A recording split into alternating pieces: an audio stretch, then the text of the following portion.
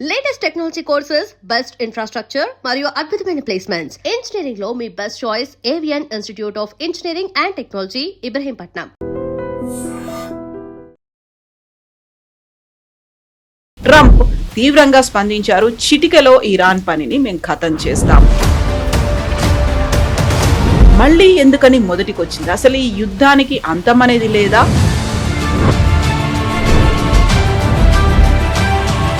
So back to square one అనేది silent గా observe చేస్తున్నాడా నెతన్యాహు? వాళ్ళిద్దరు వాళ్ళ పని వాళ్ళే చేసుకుంటారా, అయ్యేదంతా అవుతుంది అనేట్టుగా? బేసిక్లీ మనకు చాలా క్లియర్గా తెలుసు, ఈ చర్చలు అనేది ఒక ఫ్లాప్ షో.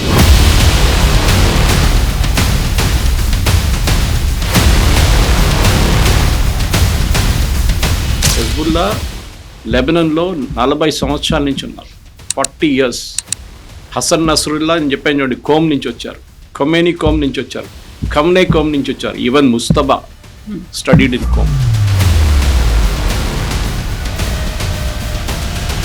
సో మనం వాళ్ళకి సపోర్ట్ గా ఉన్నామా, లేకుంటే ఓన్లీ ఆ సంతాపం కాబట్టి సంఘీభావంగా ప్రకటించాము? ఇరాన్కి ఇండియాకి ఒక పాత relationship. Strait of Hormuz open చేయగానే ప్రైసెస్ తగ్గింది, ఆయిల్ ప్రైసెస్. అది మెయిన్ ఎయిమ్ ఉండే ట్రంప్ది. అది ఆయన ఇంకా అదే బిలీవ్ చేస్తున్నారు. దట్ ఈస్ వై ఇంత ప్రొవోక్ చేసినప్పుడు కూడా Trump is not going after Iran completely. Mojtaba Khamenei ఉన్నారా లేదా తెలియదు. వాళ్ళ ఇమేజ్ ఏం మెయింటైన్ చేస్తున్నారు, ఆయన ఇంకా బతుకున్నారు, ఈ స్టిల్ అలైవ్ అని. ఎందుకంటే లేదని చెప్పారనుకోండి, దెన్ ఇరాన్ ఈజ్ ఫినిష్డ్. నమస్తే, నేను Kavitha. Welcome to I Dream News and నిజాలు.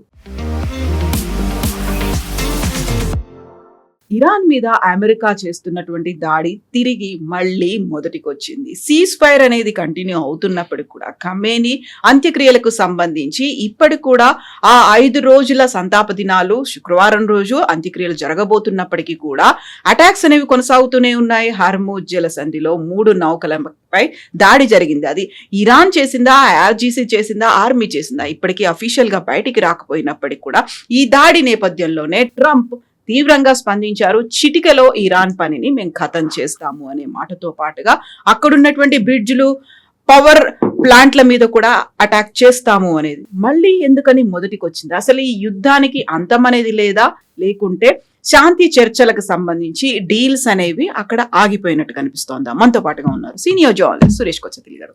సార్ నమస్తే. So back to square one అనేది సైలెంట్ గా అబ్జర్వ్ చేస్తున్నాడా నెతన్యాహు? వాళ్ళిద్దరు వాళ్ళ పని వాళ్ళే చేసుకుంటారా, అయ్యేదంతా అవుతుంది అనేట్టుగా? బేసిక్లీ మనకు చాలా క్లియర్గా తెలుసు, ఈ చర్చలు అనేది ఒక ఫ్లాప్ షో. ఇది పాకిస్తాన్, ఖతర్ లాస్ట్ టైం నడిపించారు. స్విట్జర్లాండ్లో మాట్లాడారు, సంతకం పెట్టారు. దాని తర్వాత మళ్ళీ కలుద్దామన్నారు. ఇప్పుడు ఇస్లామాబాద్లో కలుద్దామన్నారు. కానీ నిన్న జరిగిన దాడిలో ఖతార్ది ఒక ఎల్పిజి ట్యాంకర్ మీద కొట్టారు ఇరాన్. సౌదీ అరేబియా ఒక ఆయిల్ ట్యాంకర్ మీద కొట్టారు. సంకేతాలు చాలా క్లియర్ అన్నమాట. అంటే ఏదో యూరోప్ నుంచి వచ్చే ట్యాంకరో లేకుంటే లైబీరియన్ ట్యాంకర్ అంటే మనం అర్థం చేసుకోవచ్చు. స్పెసిఫిక్లీ వాళ్ళు టార్గెట్ చేస్తున్నారు, వాళ్ళ అలైస్నే టార్గెట్ చేస్తున్నారు. అంటే వాళ్ళ మీద ప్రెషర్ పెట్టడానికి, ఇది ఒప్పందం జరగాలి, మీరు చేయకపోతే, స్టేట్ ఆఫ్ హార్మూజ్ మేము చెప్పిన రూట్ తీసుకోకపోతే ఇదే మీతోనవుతుందని చెప్పి చాలా క్లియర్గా నిన్న జరిగిన అటాక్లో. ఎందుకంటే అది ఒమాన్ కోస్ట్ దగ్గర జరిగింది, ఇరానియన్ రూట్ తీసుకోలేదని చెప్పి. దాన్ని of course tit for tat reply బదులు నిన్న జరిగిన అటాక్లో 80 ఇరానియన్ సైట్స్ మీద అమెరికా దాడి చేశారు. మనం ఇప్పుడు మాట్లాడుతున్నప్పుడు యాజ్ వీఆర్ రికార్డింగ్ దాడులు జరుగుతున్నాయి. ఇంకా ఆపమంటున్నారు, సెంట్కామ్ అంటున్నారు వీ విల్ నాట్ స్టాప్. ముందు ఎట్లా జరుగుతుందంటే ఒక టిట్ ఫర్ టాట్, అంటే వాళ్ళు ఒక షిప్ మీద దాడి చేశారు, అమెరికా ఏమో అక్కడ ఉన్న కోస్టల్ ఏరియాలో ఉన్న వాళ్ళ కోస్టల్ మిసైల్ సైట్స్ కానీ రాడార్ సైట్స్ కానీ దాన్ని కొడుతుండే అయిపోతుంది. వాళ్ళు షిప్ మీద కొడతారు, మళ్ళీ అమెరికా వాళ్ళ మీద దాడి చేశారు. ఈసారి అది కాదు, ఈసారి 80 సైట్ల మీద దాడి చేశారు. కెషమ్ ఐలాండ్ కానీ దాని పక్కన ఉన్న మొత్తం మిసైల్ బ్యాటరీస్ మీద దాడి చేసినట్లు ఉన్నారు. మనకి ఇంకా డ్యామేజ్ తెలియదు, ఎందుకని వాళ్ళ పొద్దున సెంట్కామ్ రిలీజ్ చేసిన స్టేట్మెంట్ ఇది. డీటెయిల్స్ ఇరాన్ ఏమంటున్నారంటే మేము అమెరికన్ బేసిస్ మీద దాడి చేశామంటున్నారు. దాని డీటెయిల్స్ కూడా ఇప్పుడు మనం రికార్డ్ చేస్తున్నప్పుడు ఇంకా వస్తుంది. బహుశా మళ్ళీ బహ్రెయిన్, కువైత్, ఖతర్ మీద దాడి చేస్తుంటారు ఇరాన్ అనుకుంటాం. ఇంకా కన్ఫర్మేషన్ రాలేదు. అంటే మళ్ళీ ఇది ఏంటి యుద్ధం మళ్ళీ అక్కడికి వెళ్తుందా అనేది. సో చాలా క్లియర్గా ఇది మనం ఎన్నోసార్లు చెప్పాం, ఈ చర్చలు అనేది ఒక show, only to show that ఇరాన్ని కొంచెం పవర్ఫుల్గా చూపించడానికి పాకిస్తాన్ చేసిన అటెంప్ట్ అన్నమాట. దీంట్లో టర్కీ కూడా ఇనీషియలీ ఇన్వాల్వ్ ఉన్నారు. ఇప్పుడు టర్కీ పక్కన జరిగిపోయారు, ఖత్తర్ వచ్చారు, ఫస్ట్ ఒమాన్ ఉన్నారు, ఒమాన్ పక్కన జరిగిపోయారు, ఖత్తర్ వచ్చారు. ఖత్తర్ షిప్ మీద దాడి చేసిన తర్వాత ఖత్తర్ కూడా ఇప్పుడు ముందుకు రారు. దాని నడిమిట్లో చాలా క్లియర్గా ప్రైమ్ మినిస్టర్ నెటన్యాహు చెప్పారు. అండ్ ఇరాన్లో ఉన్న కొన్ని డిసిడెంట్స్ కానీ బయట ఉన్న వాళ్ళు, అది కాకుండా ఇజ్రాయెల్ డిఫెన్స్ మినిస్టర్ కూడా ఏం చెప్తున్నారంటే 2 దేశాలు చాలా పెద్ద థ్రెట్ మనకి, ఒకటి టర్కీ, ఒకటి ఇరాన్. టర్కీలోనే అండ్ ఖత్తర్, 3 దేశాలు చాలా డేంజరస్ కంట్రీస్. ఖత్తర్లోనే ముస్లిం బ్రదర్హుడ్ ఉన్నారు, హమాస్ ఉన్నారు, హూతీలు ఉన్నారు, అండ్ అఫ్ కోర్స్ మనకు తెలుసు అల్-ఖైదా. వీళ్ళన్ని బ్రాంచ్ హెడ్ అక్కడ, బ్రాంచ్ ఆఫీస్ ఉంది, హెడ్ ఆఫీస్ అక్కడ ఉంది. వీళ్ళ మీద ఖత్తర్ని ఎప్పుడు మనం we cannot take them in to confidence. Even Turkey కూడా అంతే. టర్కీలో మెయిన్గా వాళ్ళ బ్యాకింగ్ చేస్తున్నది వాళ్ళు ముస్లిం బ్రదర్హుడ్ని. అది కాకుండా హమాస్ని ఫండింగ్ చేసేది, ఈవెన్ నెటన్యాహు గారు నేను ఒక ఇంటర్వ్యూలో చెప్పారు ఈ మాట, that it is being done by Turkey. ఇప్పుడు కానీ టర్కీలోనే అంకారాలో చర్చలు నడుస్తున్నాయి, నేటో మీటింగ్. అదేం చేస్తారు మనం చూడాల్సింది, ఎందుకంటే Turkey is the only Islamic member నేటోలో, మిడిల్ ఈస్ట్ నుంచి కూడా. అదర్వైజ్ టెక్నికలీ టర్కీ యూరోప్లో లేరు నేటోలో రావడానికి. సో టర్కీని తీసుకున్న తర్వాత ప్రెసిడెంట్ బైడెన్ టైంలో వీళ్ళ మీద శాంక్షన్స్ పెట్టారు టర్కీ మీద. ఇది 2 స్టోరీలు ఎందుకు తీసుకొస్తున్నానంటే ఒక రిలేషన్ ఉంది దీనికి, ఇరాన్కి టర్కీకి.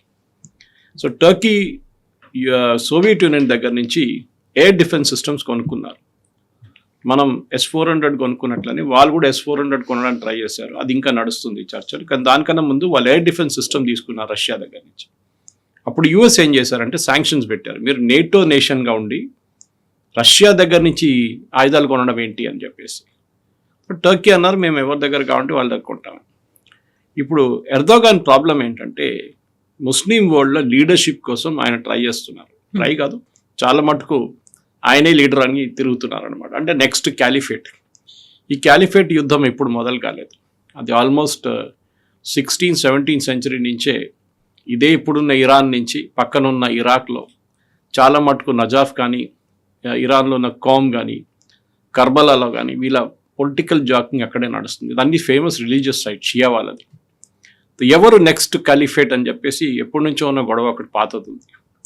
అది మనం సెకండ్ వరల్డ్ వార్ తర్వాత ఒట్టమన్ ఎంపైర్ కొలాప్స్ అయిపోయిన తర్వాత టర్కీ వైపు నుంచి ఆ ఇన్ఫ్లుయెన్స్ వెళ్ళిపోయింది మొత్తం. అప్పుడు దాకా Turkey was holding a lot of influence Ottoman Empire నుంచి, టర్కీ అని చెప్పలేము అప్పుడు.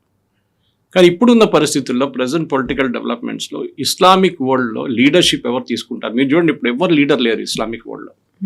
ముందు సౌదీ అరేబియాకి కొంచెం పట్టుండే, because of sheer scale and size and డబ్బులతో సౌదీ అరేబియాకి లీడర్షిప్ అజ్యూమ్ చేశారు. ఇస్లామిక్ వరల్డ్ మేము రిప్రజెంట్ చేస్తున్నాం. ఒపెక్లో అన్నిటికంటే పెద్ద స్టేక్, ఎప్పుడు పెద్ద వాయిస్ ఉన్నది సౌదీ అరేబియాది, organisation of petroleum exporting countries. So Saudi Arabia, ఎందుకంటే వాళ్ళు అంటారు we are the custodians of the 2 of the holiest sites in Islam, Mecca and Medina. Mecca and Medina మేమే కంట్రోల్ చేస్తున్నాం, మేమే దాని కస్టోడియన్స్. అప్పుడు మేము ఇస్లామిక్ వరల్డ్ లీడర్ మేము. ఇప్పుడు టర్కీ అంటున్నారు కాదు, వీఆర్ ద ఒరిజినల్ క్యాలిఫేట్, మా దగ్గర నుంచి ఖలీఫా వచ్చారు, సో మీకు హక్కు లేదు అని చెప్పి సౌదీ అరేబియాని పక్కన జరుపుతున్నారు. దానికోసం మీరు చూస్తున్నారు ఈ సౌదీ అరేబియా వ్యతిరేకంగా మెయిన్గా ప్రొటెస్ట్ చేస్తున్న 3, అఫ్కోర్స్ ప్రొటెస్ట్ కాదు, అటాక్ చేస్తున్న ఒక ఫ్యాక్షన్ ఈజ్ హూతీలు. మీ హూతీ హిస్టరీ తీసుకుంటే కూడా చాలా కలర్ఫుల్ హిస్టరీ. వీళ్ళందరి connection Houthi, Hezbollah, Hamas, Iran to the holy city of Qom. ఇరాన్లో ఒక హోలీ సిటీ ఉంది కోమ్ అని చెప్పేసి. ఈ కోమ్లోనే చాలా మటుకు మద్రసాలు ఉన్నాయి, రిలీజియస్ టీచింగ్ స్కూల్స్ ఉన్నాయి.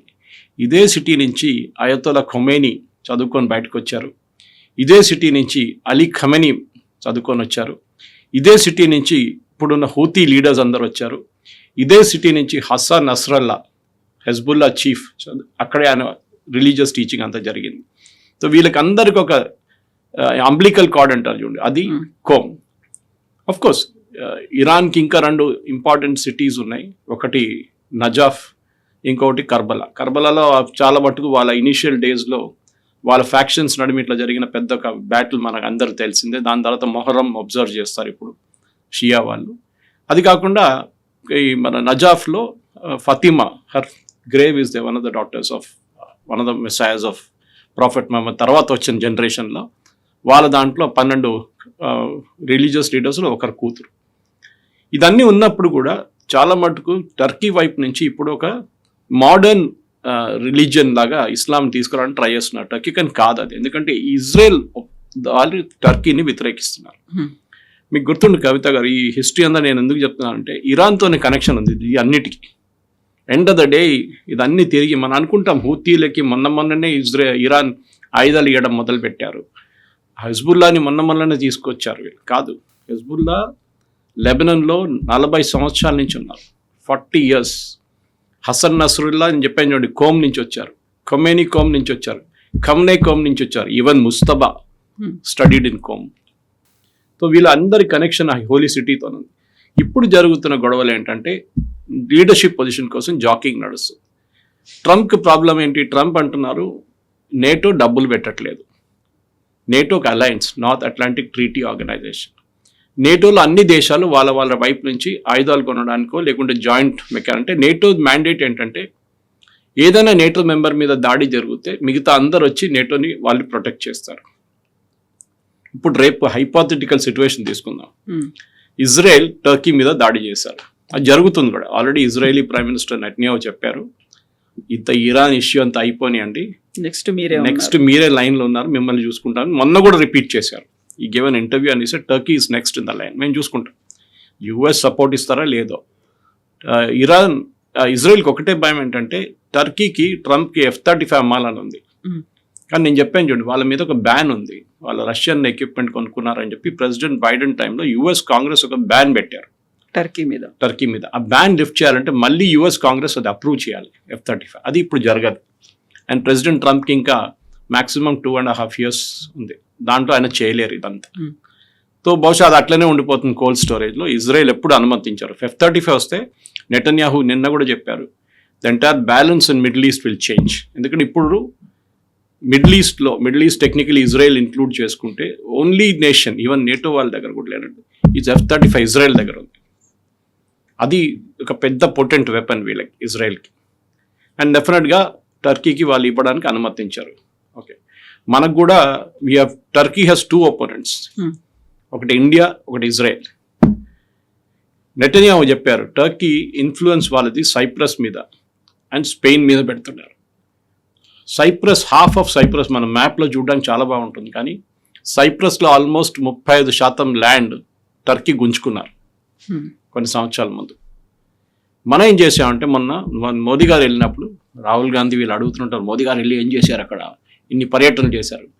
సైప్రస్కి వెళ్ళి వీ సైన్డ్ డిఫెన్స్ అగ్రిమెంట్. అంటే సైప్రస్ మీద ఎవరైనా దాడి చేస్తే ఇండియా మీ ప్రొటెక్షన్కి వస్తుంది. ఇప్పుడు ఇండియన్ షిప్స్ కూడా మనం సైప్రస్లో పెట్టబోతున్నాం. ఇండియన్ ఎయిర్క్రాఫ్ట్ని we'll position them in Cyprus. So Cyprus, Spain, మోదీగా స్పెయిన్ కూడా వెళ్ళారు దాని తర్వాత.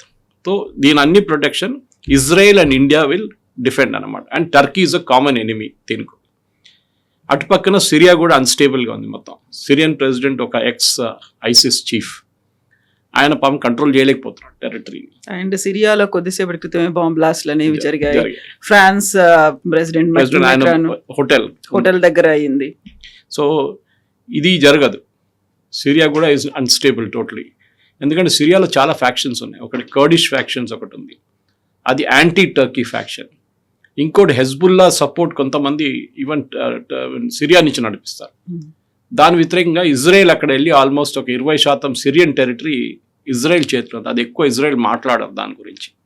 వాళ్ళు లెబనాన్ గురించి మాట్లాడుతారు, కానీ సిరియా టెరిటరీ మా దగ్గర ఉందని చెప్పి ఇజ్రాయెల్ ఎప్పుడు చెప్పరు. ఈ పాలిటిక్స్ అంతా మిడిల్ ఈస్ట్ని మొత్తం మెస్గా తయారు చేసింది. ఇప్పుడు ఇంకొక కొత్త డెవలప్మెంట్ నిన్న జరిగిందంటే యుఎస్ ట్రెజరీ సెక్రటరీ నిన్న అనౌన్స్ చేశారు ఇరాన్కి ఆయిల్ అమ్మడానికి పర్మిషన్ ఇచ్చారు. మీకు గుర్తుంటుంది, శాంక్షన్స్ లిఫ్ట్ చేశారు. అండ్ ఆల్మోస్ట్ ప్రతిరోజు 6 ships 2 million barrels ఉన్న 6 ships పోతున్నాయి. అంటే 18 million barrels per day is going out of Iran. మీరు మల్టిప్లైడ్ బై 50 అని పెట్టుకోండి. ఇప్పుడు $70 68 నడుస్తుంది. $50 అని పెట్టుకుంటే కూడా they earning a huge amount of money అన్నమాట. కానీ ఇప్పుడు దాన్ని బ్యాన్ చేస్తే జూలై 17 తారీఖు నుంచి ఇరానియన్ ఆయిల్ మార్కెట్లో అమ్మలేరు. ఎఫెక్టివ్లీ యుఎస్ ఆ బ్లాకేడ్ మళ్ళీ తిరిగి తీసుకొస్తున్నారు. అప్పుడు మీ ఎంఓయు ఏమవుతుంది? ఎంఓయు సంగతి ఏంటి? ఒకవైపు నుంచి ఇరాన్ బాంబ్ చేస్తున్నారు, సీజ్ ఫైర్ నడుస్తుంది, ఎంఓయు ఉన్నప్పుడుగా షిప్పుల మీద దాడి చేస్తున్నారు. వేరేజ్ ఎంఓయూలో రాశారు that the strait of Hormuz will be kept open. అది జరగట్లేదు. సో సీజ్ ఫైర్ పోయింది, ఎంఓయు పోయింది.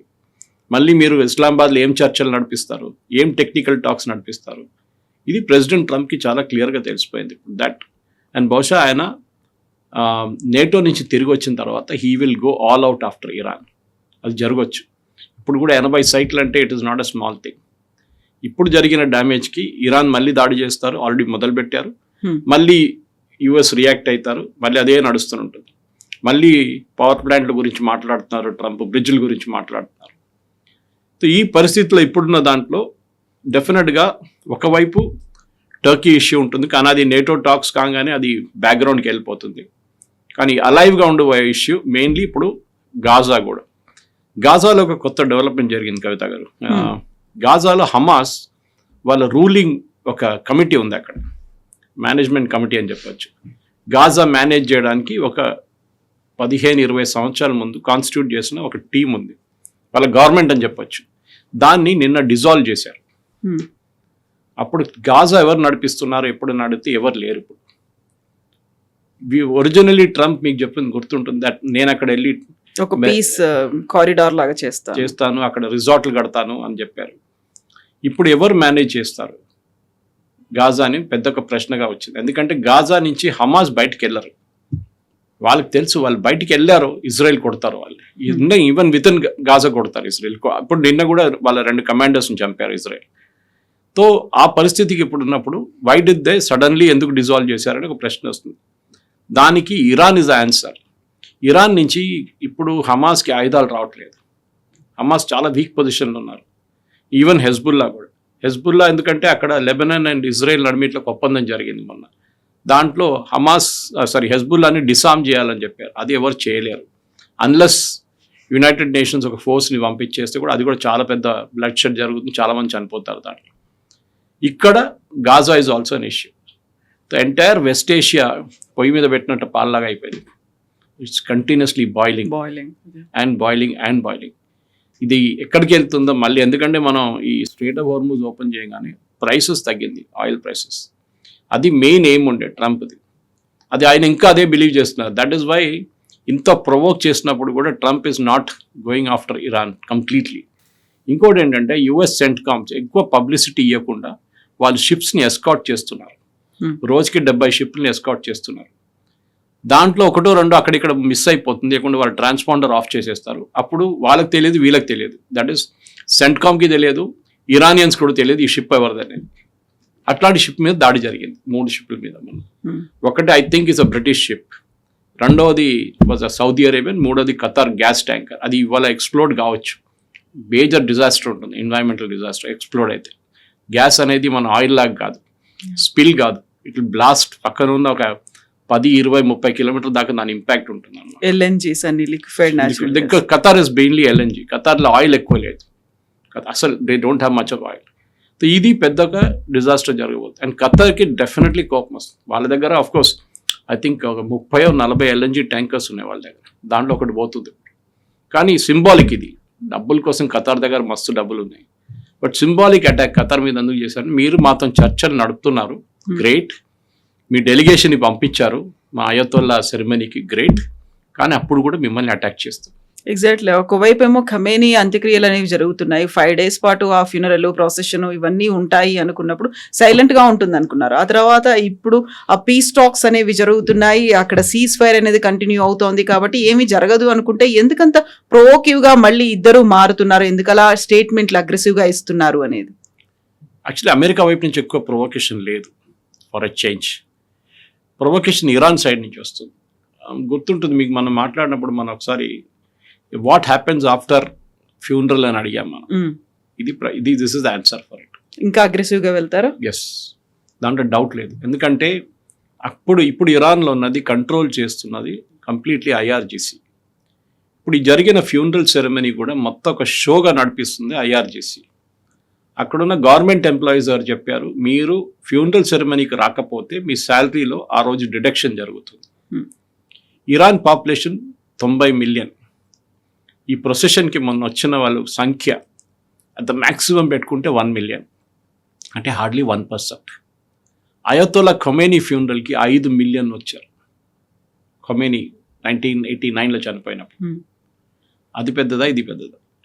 దీన్ని ఐఆర్జీసీ ఒక షోగా చేసుకొని ఎందుకు 4th of July డేట్ పెట్టారు కవిత గారు?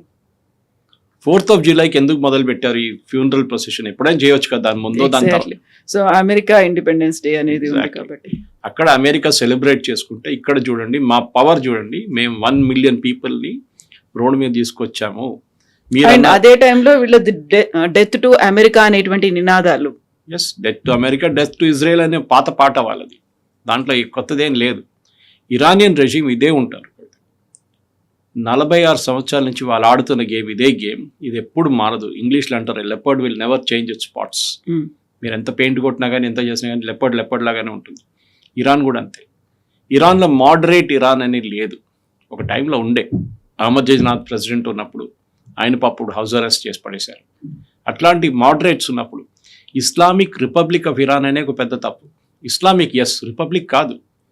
They are not a republic. Republic అంటే ఏంటి? అక్కడ open fair and free and fair elections ఉంటుంది, వాళ్ళ నడిమిట్లో సెలెక్షన్ ఉంటుంది. ఇదేంటి? వాళ్ళ ప్రెసిడెంట్ కాబోతున్న మనిషిని సెలెక్ట్ చేస్తున్నది ఎవరు? Guardian council.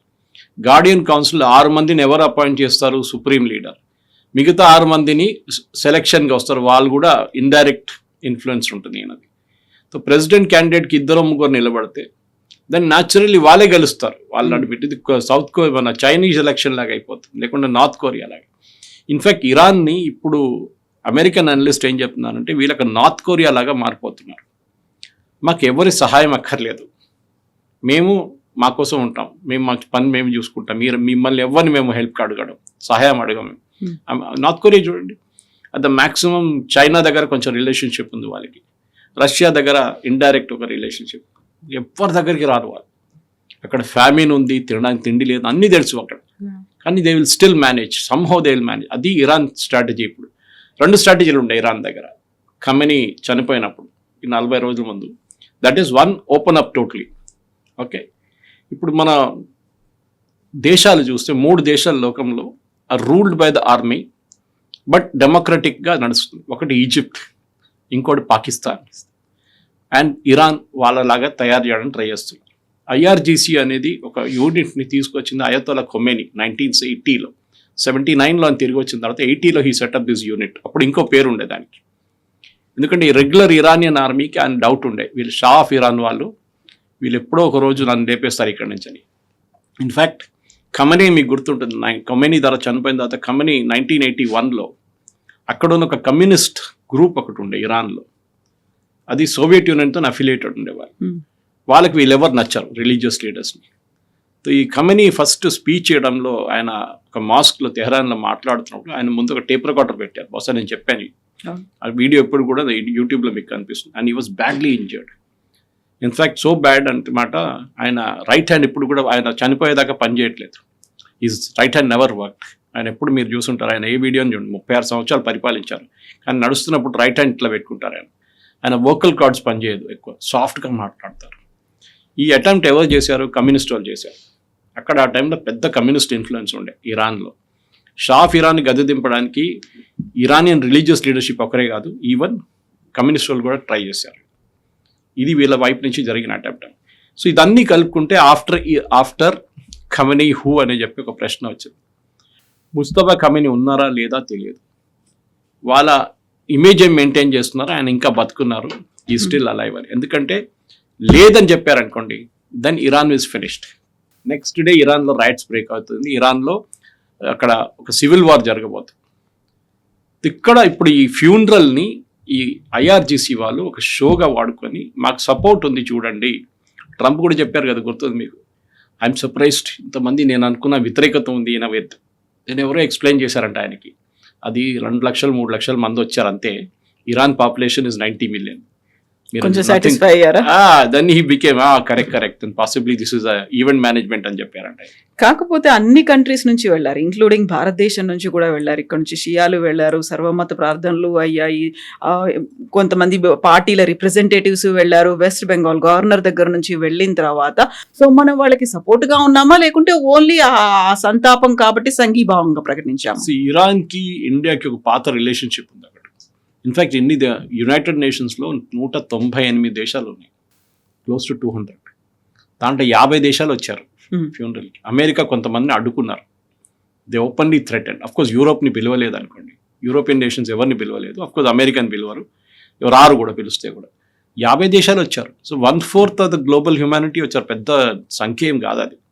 కానీ రిప్రజెంటేటివ్స్ అందుకు తీసుకొచ్చారు. అగైన్ ఇట్ వాజ్ షో, మీరు చూసుంటారు ఆ ఫ్యూనరల్ ఎట్లా ఉందని, మొత్తం మిలిటరీ బ్యాండ్, మిలిటరీ పరేడ్ లాగా, ఒక సోల్జర్ సోడ్ తీసుకొని ముందు నడుస్తుంటే ఒక గార్డ్ ఆఫ్ ఆనర్ లాగా అన్నీ చేశారు వాళ్ళు. దే టిపికల్లీ సోవియట్ యూనియన్లో లెనిన్ కానీ, స్టాలిన్ కానీ, బ్రెస్డేవ్ కానీ ఎవరైనా చనిపోయినప్పుడు జరిగిన అదే గ్రాండ్గా చూపించారు. మళ్ళీ ఓకే, గోర్బచోవ్ పేరు ఎందుకు తీసుకోలేదంటే ఆయన వచ్చేదాకా ఆయన పాపం చనిపోయినప్పుడు చాలా నార్మల్ ఫ్యూనరల్ ఉండే ఆయనకి. అట్లాంటి ఒక షో చేశారు వీళ్ళు. ఎందుకంటే ఇప్పుడు అన్నిటికంటే పెద్ద ఇరాన్ ఒక చిన్న దేశం కాదు కదా, 90 million is very big number. గల్ఫ్లో రెండో పెద్ద దేశం సౌదీ అరేబియా అండ్ ఇరాన్, చాలా పెద్ద దేశాలు. UAE of course is Emirates, 7 Emirates. ఈ పరిస్థితుల్లో డెఫినెట్గా ఒక ఇంపాక్ట్ ఆఫ్టర్ కంపెనీ హూ అనేది రాబోతుంది. అది ఈవెన్ అమెరికాకు కూడా ఒక ఏం చెప్తారు, ఒక బిగ్ ఫ్యాక్టర్ వరీ అంటారు ఇంగ్లీష్లో. ఎవరు వస్తారు? ఐఆర్జీసీని కొట్టాల్సిందే, దాంట్లో డౌట్ లేదు. So IRGC leader, IRGC chief మన ఫ్యూనరల్ కనిపించాడు. డెఫినెట్గా ఇజ్రాయెల్ ఆయన్ని మార్కేసేసి ఉంటారు, తీసివేస్తారు, డెఫినెట్గా లేపేస్తారు నెక్స్ట్ ఫ్యూ డేస్. సో ఐఆర్జీసీని క్లీనప్ చేస్తేనే ఇరాన్ క్లీన్ అవుతుంది అని చాలా క్లియర్ సిగ్నల్స్ పంపిస్తున్నారు. ఈ దాడులు చేపిస్తే ఆలోచించండి, ఇంత సీరియస్గా ఫ్యూనరల్ నడుస్తున్నప్పుడు ఎందుకు ఈ షిప్ల మీద దాడి చేయడం? అండ్ ట్రంప్ కూడా ఒక మాట అన్నారు, మాకు తెలుసు ఎవరెవరు అటెండ్ అయ్యారో, అరాక్షి దగ్గర నుంచి ప్రతి ఒక్కరూ అక్కడే ఉన్నారు, కావాలనుకుంటే అక్కడ ఉన్నటువంటి ప్రజల్ని, టాప్ లీడర్లని లేపేయచ్చు, బట్ మేము లేపేయట్లేదు, ఎందుకంటే ఫర్దర్గా మాకు చర్చల కోసం వాళ్లే అవసరం ఉంటారు కదా అని. ఇంత ప్రొవోకేటివ్గా మాట్లాడాల్సినటువంటి అవసరం ఏముంది అని? ఇంటర్నేషనల్ లెవెల్లో కవిత గారు, ప్రొవోకేషన్ అనేది ఇప్పుడు ఒక డిప్లొమాటిక్ వెపన్గా వాడుకుంటున్నారు. దానికి ఖర్చేం లేదు, ఒక స్టేట్మెంట్ ఇవ్వడంలో ఖర్చేం లేదు. ఇస్తారు, అందరూ ఈ స్టేట్మెంట్ ఇస్తారు. చైనీస్ లీడర్షిప్ ఇస్తారు, పాకిస్తాన్ లీడర్షిప్ మన వైపు చేతులు కోసేస్తాము, ఇండస్ వాటర్ ట్రీటీ చేస్తారా? చేయరు. It's only a matter of speech అంటారు ఇంగ్లీష్లో. అది వీళ్ళది కూడా అంతే. ట్రంప్ మీరు చూడండి, ప్రతిరోజు పొద్దు నుంచి సాయంత్రం దాకా ఆయన ట్వీట్లు చేస్తూనే ఉంటాడు. ఓన్లీ లాస్ట్ ఒక 2 వారాల నుంచి చేయట్లేదు. బహుశా వాళ్ళ అడ్వైజర్స్ చెప్పుంటారు, సార్ ప్లీజ్ కొంచెం ఆపండి, ఇది చాలా మీరు ఇంత ట్వీట్ చేసినప్పుడు ఎవరు సీరియస్గా తీసుకుంటలేరు మిమ్మల్ని, you do it once or twice a day అంతే. కాకపోతే జార్జియా మెలోనీ మీద ఇప్పటికి కూడా ఆయన ట్వీట్లు చేస్తున్నారు, సెటైరికల్ ఫోటోలు, ఏఐ ఎడిటెడ్ ఫోటోలు కూడా పెడుతున్నారు. ఒబామా మీద పెట్టారు మొన్న. ఒబామా ఎయిర్ ఫోర్స్ 1 బయట నిలబడుతున్నాడు, బ్లాక్ లైఫ్స్ మ్యాటర్ అని చెప్పేసి. అది నాకు అర్థం కాదు. Anyway that is a different debate. కానీ ఒక యుఎస్ ప్రెసిడెంట్కి కావాల్సిన ఎటికెట్, అది మీరు అబ్రహాం లింకన్ నుంచి, థియోడోర్ రూజ్వెల్ట్ నుంచి, Harry Truman, Jimmy Carter, bill Clinton, George bush, ఇద్దరు జార్జ్ బుష్లు జూనియర్ అండ్ సీనియర్, వీళ్ళందరి వైపు నుంచి చూస్తే ఒబామా దాకా, తర్వాత బైడెన్ అండ్ ట్రంప్, ఒక మెచ్యూరిటీ ఉంటుంది అమెరికన్ లీడర్షిప్కి ఎప్పుడు. జాన్ ఎఫ్ కెనడీ చూడండి, వెరీ వెరీ ఏం చెప్తారు, అమెరికన్ ప్రెసిడెన్షియల్లో పాసిబ్లీ ఫెయిల్ అయ్యారు. స్టాండర్డ్స్ మెయింటైన్ చేసినామని ఆయన ఇచ్చిన స్పీచెస్ చూడండి. Ask what you can do for your country, not what your country can do. ఆ స్పీచెస్ అది చాలా మటుకు అమెరికన్ ప్రెసిడెంట్కి ఒక స్టేచర్ ఉంటుంది.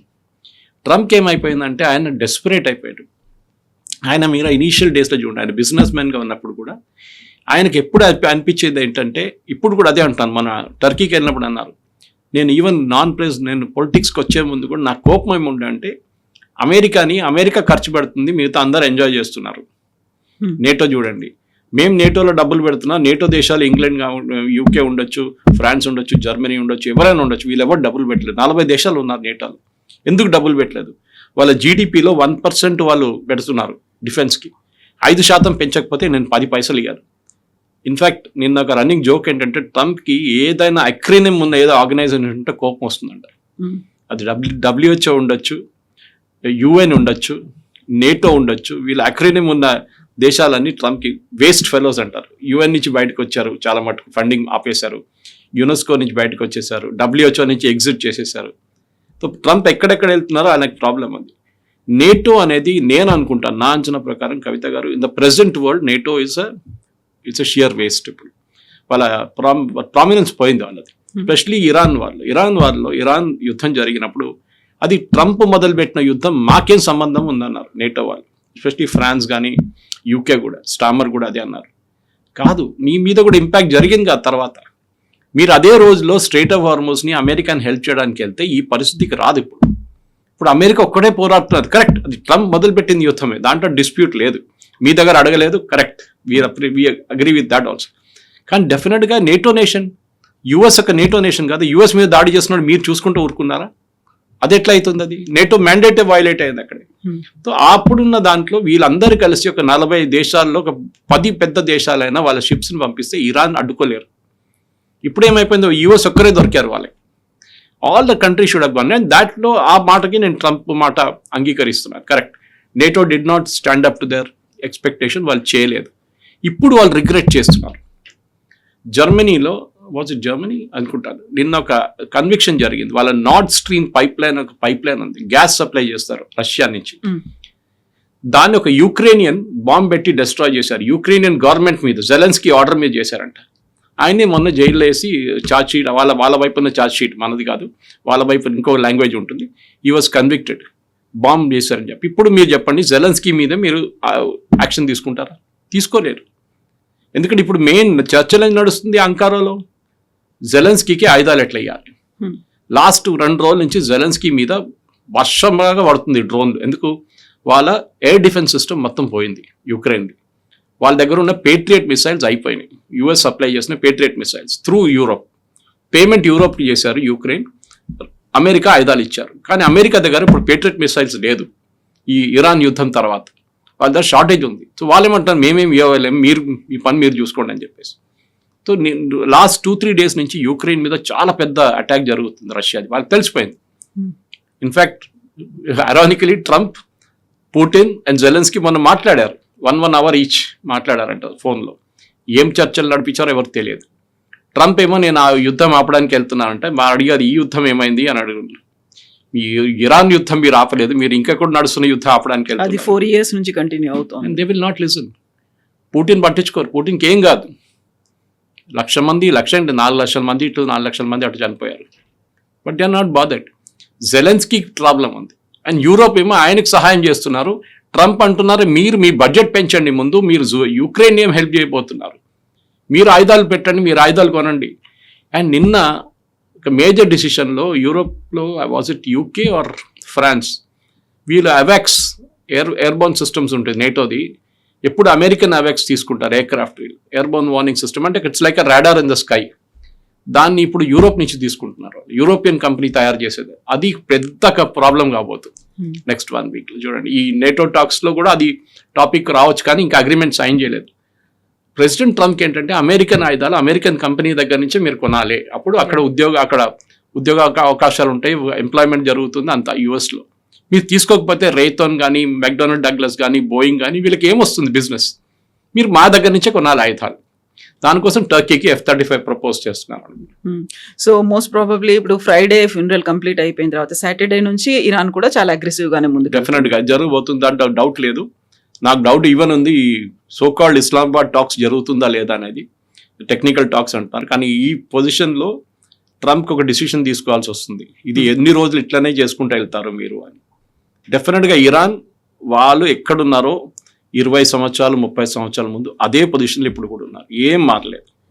ఎవరైనా వాళ్ళు మారుతున్నారు అనుకుంటే వాళ్ళు చేసే పెద్ద తప్పు. అది పాసిబ్లీ యూరోపియన్ నేషన్స్ అర్థం చేసుకున్నారు, ట్రంప్ ఇంకా అర్థం చేసుకోలేదు. Yes, sir. Thank you so much, sir.